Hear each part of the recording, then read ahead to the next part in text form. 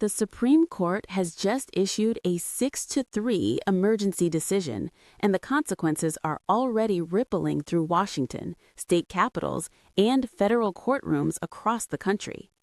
This isn't a routine ruling. It wasn't delivered after months of oral arguments or lengthy briefing schedules. It came through the court's emergency docket, and it immediately altered how power flows between federal courts, state governments, and the Constitution itself. Legal experts are calling it one of the most consequential procedural decisions in decades, not because it resolves a specific policy dispute, but because it rewrites the rules of how those disputes are fought. At the center of the decision is a single question that sounds technical but carries enormous implications. Do federal judges have the authority to block laws nationwide when only a small group of plaintiffs are involved? For years, the answer from lower courts has effectively been yes. A single district judge, ruling on a case brought by a handful of plaintiffs, could issue an injunction stopping a state or federal law from being enforced anywhere in the country. That practice has now been sharply curtailed, and the Supreme Court made clear it expects immediate compliance.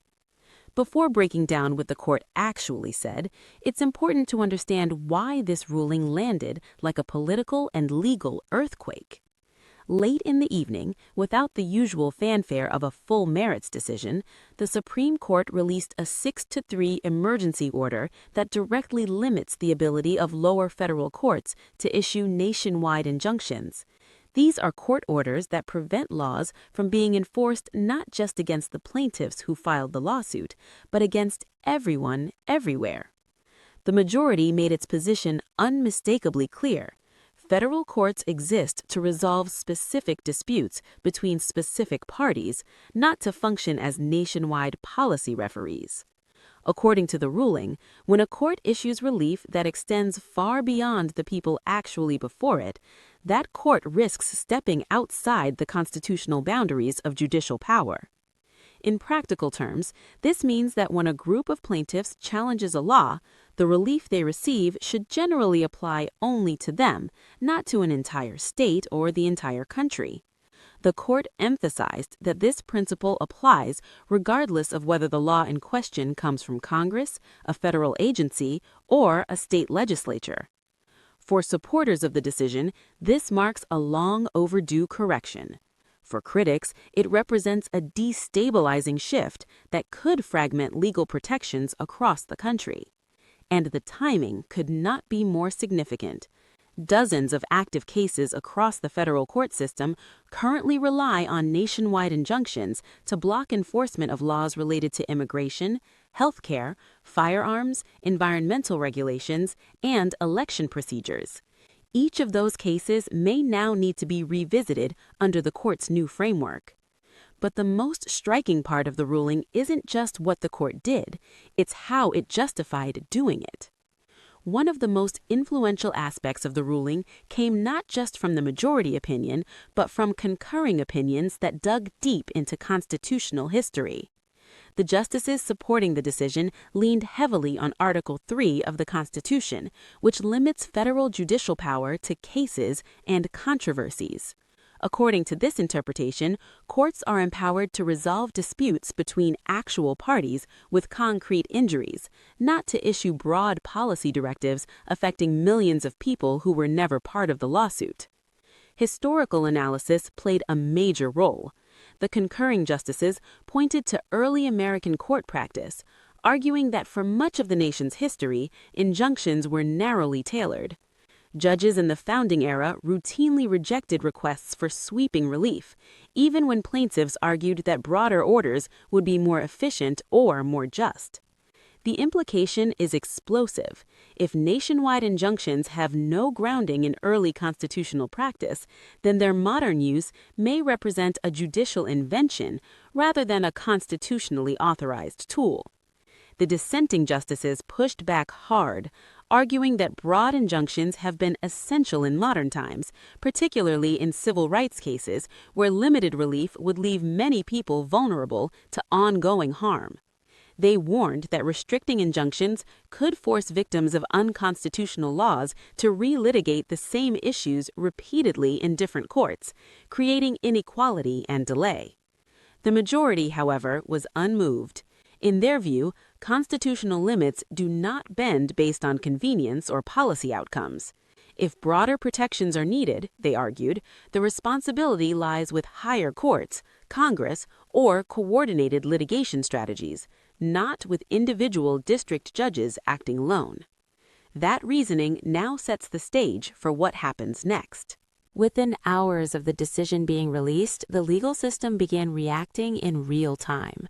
State attorneys general moved quickly to cite the ruling in ongoing litigation. Laws that had been frozen for months or even years suddenly appeared poised for revival. Federal agencies began reassessing enforcement strategies, unsure which injunctions still applied and where. Inside the Department of Justice, emergency meetings were reportedly held to determine how this ruling would affect dozens of active cases. Legal teams were forced to confront a new reality. Protections once assumed to be nationwide might now be limited to specific plaintiffs or jurisdictions. Governors in several states signaled their intention to move forward with enforcing laws that had previously been blocked. At the same time, officials in other states scrambled to explore alternative legal strategies to preserve protections they believed were now at risk. The speed of these responses tells you everything you need to know about how seriously this decision is being taken. This isn't a theoretical shift, it's a change that alters legal leverage overnight. That question doesn't just affect lawyers and judges. It reaches into policy enforcement, elections, civil rights, and the economy itself. And it leads directly into the next phase of the fallout, how this ruling rewrites the strategy of legal warfare in America. The Supreme Court's 6-3 emergency decision doesn't just affect a handful of high-profile cases. It fundamentally rewrites the playbook for how legal battles are fought in federal court. For decades, lawyers on both sides of the political spectrum relied on a powerful tactic: file a lawsuit in a favorable district, secure a nationwide injunction, and instantly halt enforcement of a law everywhere. That strategy is now on life support. Forum shopping has long been an open secret in federal litigation. Advocacy groups, state governments, and interest organizations carefully selected jurisdictions known for sympathetic judges and favorable precedent. A single successful filing could produce nationwide consequences. The Supreme Court's ruling strikes directly at that model. Under the new framework, even if a plaintiff prevails, the relief they receive is likely to be limited to them, not extended automatically to everyone else. The statistical imbalance that made forum shopping so attractive is now exposed. A small number of districts issued a disproportionate share of nationwide injunctions over the past decade, allowing a tiny fraction of the federal judiciary to shape national policy.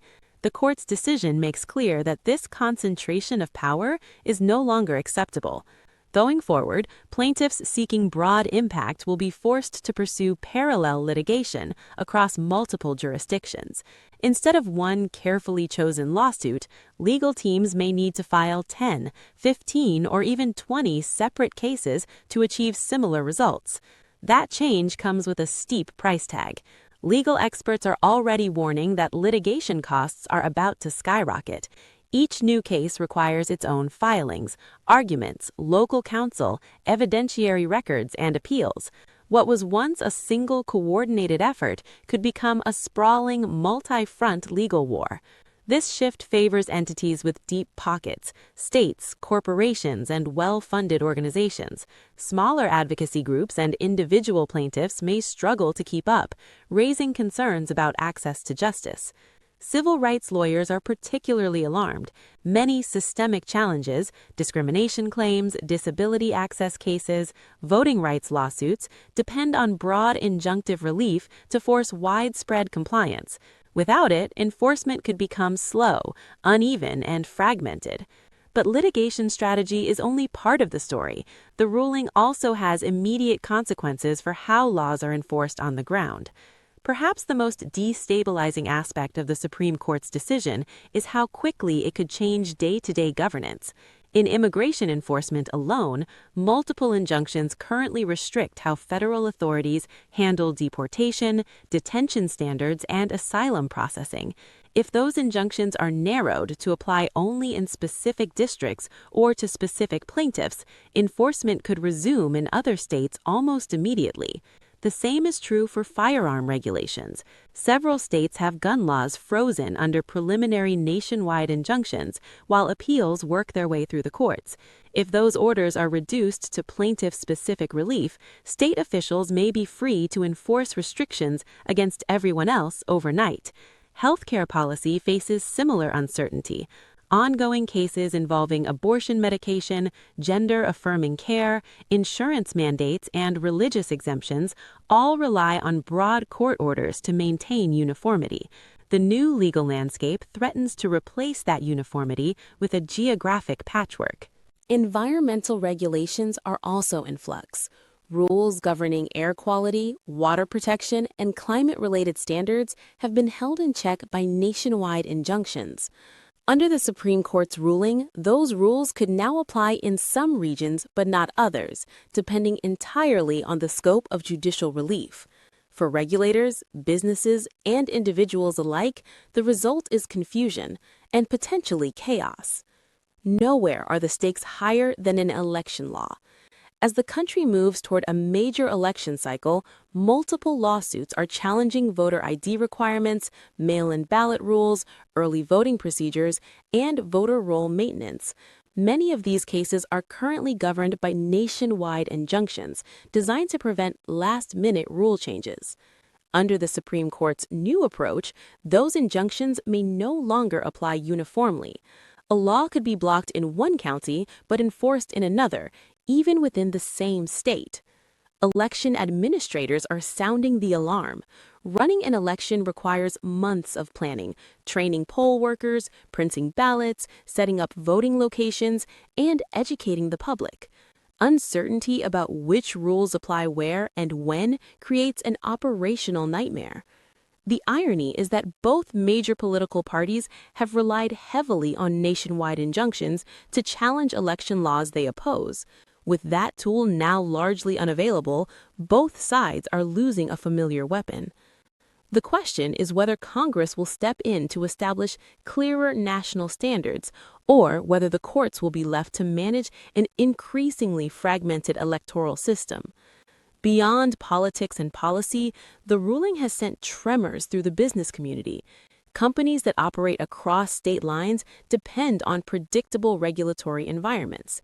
Nationwide injunctions, whatever their flaws, provided a degree of clarity. A rule was either blocked everywhere or enforced everywhere. That clarity may now disappear. Financial institutions face uncertainty over lending standards, consumer protection rules, and emerging cryptocurrency regulations.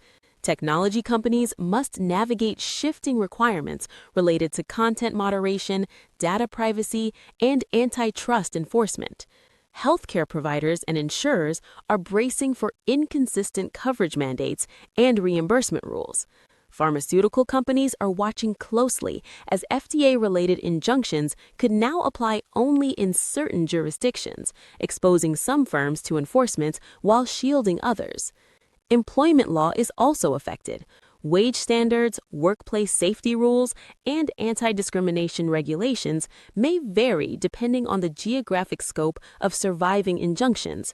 Employers with facilities in multiple states may find themselves complying with different legal regimes under the same federal law.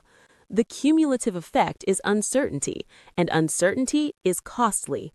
Taken together, these changes point toward a future where federal law is not uniformly applied, but instead filtered through a complex web of localized court orders. Rights and obligations could shift not just from state to state, but from district to district. Supporters of the Supreme Court's decision argue that this fragmentation is a necessary byproduct of constitutional limits.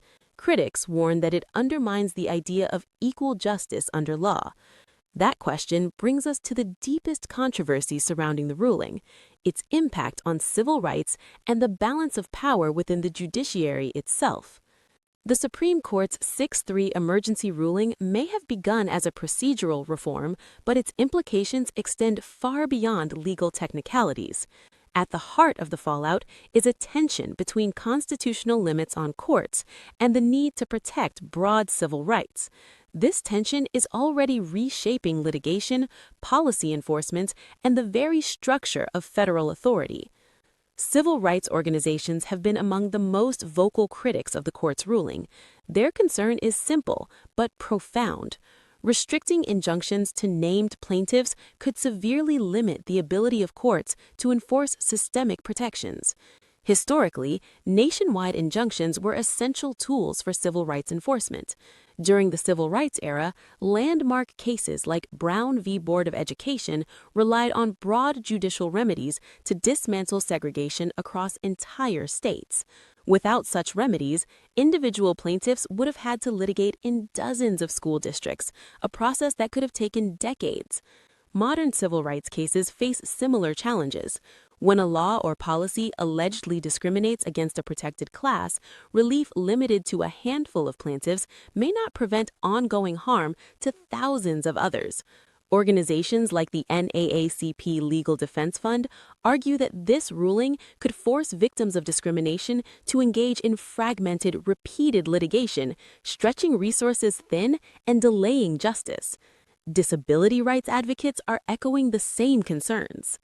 Nationwide injunctions have been instrumental in requiring government agencies, businesses, and public institutions to make systemic changes in line with the Americans with Disabilities Act. If courts can no longer issue broad relief, enforcement of these rights may become inconsistent or ineffective. The core tension is constitutional. Should courts bend procedural rules to achieve equitable outcomes, or should strict limits on judicial power prevail, even if it slows or fragments protections? The Supreme Court's decision clearly favors the latter, leaving civil rights enforcement at a crossroads. Beyond civil rights, this ruling is part of a broader trend, the Supreme Court asserting top-down control over the federal judiciary. By using the emergency docket, the court bypassed the usual procedural safeguards and delivered a ruling with immediate effect. This method of issuing orders, often referred to as the shadow docket, allows the Supreme Court to enforce broad principles without waiting for full briefing, oral arguments, or lower court deliberation. Over the past 3 years, the current court has issued 47 emergency orders modifying or vacating lower court decisions. By comparison, only 19 such orders were issued in the previous 3-year period.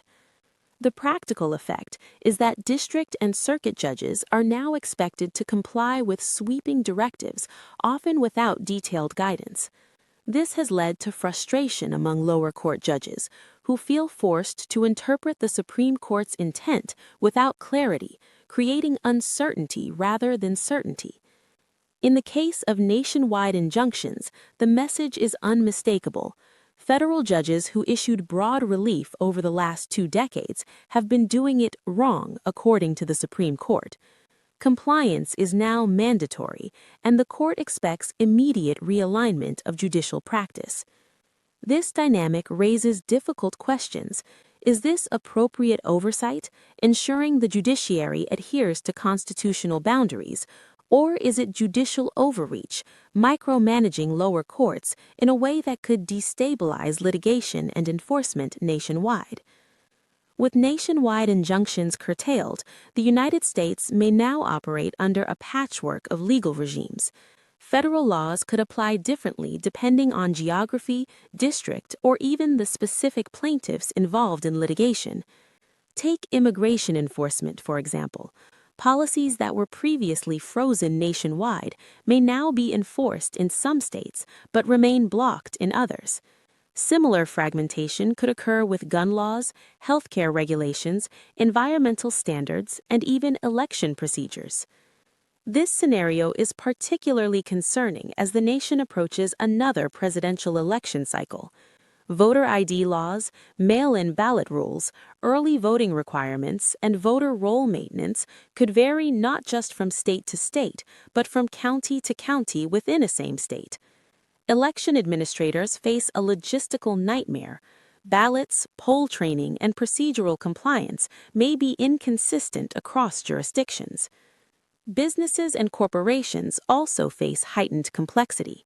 Multi-state operations may now encounter 50 different regulatory landscapes for federal rules that previously applied uniformly. Banking, technology, healthcare, pharmaceuticals, and employment law could all become localized in ways that increase costs, legal risk, and operational uncertainty. The economic consequences are already drawing concern from corporate America. Multi-state businesses will have to navigate a maze of localized enforcement. Compliance costs could increase exponentially. The U.S. Chamber of Commerce estimates that operational compliance costs alone could rise by tens of billions annually. Financial services, healthcare providers, tech companies, and pharmaceutical firms are facing a patchwork of obligations for rules that used to be nationally consistent. From drug approvals to data privacy to wage standards, companies may now need separate legal strategies for each affected jurisdiction. This introduces uncertainty, slows innovation, and raises the stakes for corporate litigation teams. Even day-to-day business operations could be disrupted. Employers will have to ensure that workforce policies, workplace safety standards, and anti-discrimination protocols comply not just with federal law, but with localized interpretations of injunctions that may survive court review in different jurisdictions. The Supreme Court's ruling does more than reshape individual cases. It reshapes the structure of federal authority. By emphasizing plaintiff-specific relief and curbing broad judicial intervention, the court reinforces strict limits on federal courts. At the same time, it creates a reality in which laws may be unevenly applied, depending on geography, judicial interpretation, and ongoing litigation. Civil rights, environmental protections, healthcare access, firearms regulation, election integrity, and corporate compliance all are affected. The ruling forces a reconsideration of how law is enforced and who has the power to enforce it. In short, the Supreme Court's 6-3 emergency ruling is transformational. It limits the scope of federal judicial power, challenges long-standing practices, and forces lawyers, regulators, businesses, and state officials to rethink how law is implemented. It is a procedural ruling with substantive consequences, touching every sector of American life. From litigation strategy to civil rights enforcement, from policy implementation to economic planning, the decision introduces both clarity in principle and uncertainty in application. Courts must now operate strictly within constitutional limits, but this narrower framework also creates fragmented enforcement, potentially uneven rights, and higher costs for those seeking redress. The decision highlights the Supreme Court's willingness to assert top-down authority over the federal judiciary. Emergency orders like this one send a clear message. Compliance is immediate. Principles take precedence over expedience, and lower courts are expected to realign quickly. How Congress, the courts, and state governments respond in the coming months will define the practical impact of this ruling and shape the American legal system for years to come. In this new era, every citizen, lawyer, regulator, and business leader must ask, are we prepared for a nation in which federal laws may no longer apply uniformly, and where rights and obligations shift with geography? The Supreme Court has drawn the line, and now the nation must navigate the consequences.